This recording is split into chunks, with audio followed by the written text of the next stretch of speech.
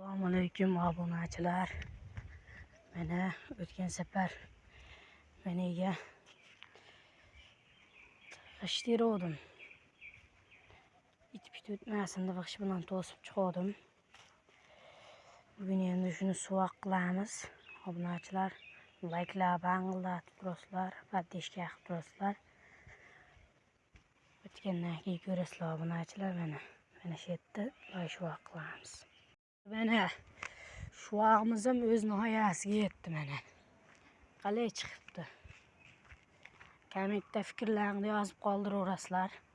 1 dan 10 gacha baho qo'yib ketaverasizlar obunachilar mana.